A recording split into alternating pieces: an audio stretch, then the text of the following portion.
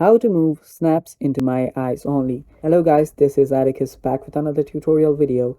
In today's video, I'll teach you guys how you can move your snaps into my eyes only. So let's get started. First things first, open up your Snapchat.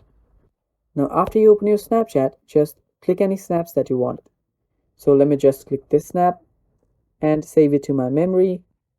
And after doing so, go back to your Snapchat and here let's select this snap, and if you want to add this to your my eyes only, just tap on these three dots on the top right, and here you can see this one. Now tap on it and there you will see my eyes only option. Tap on my eyes only. Now if it's your first time moving your snaps into my eyes only, you'll have to type in a password.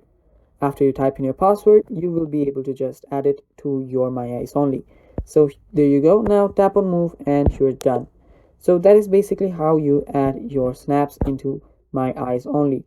And yeah, that is all for this video guys. Thanks for watching. Stay tuned for more, and bye.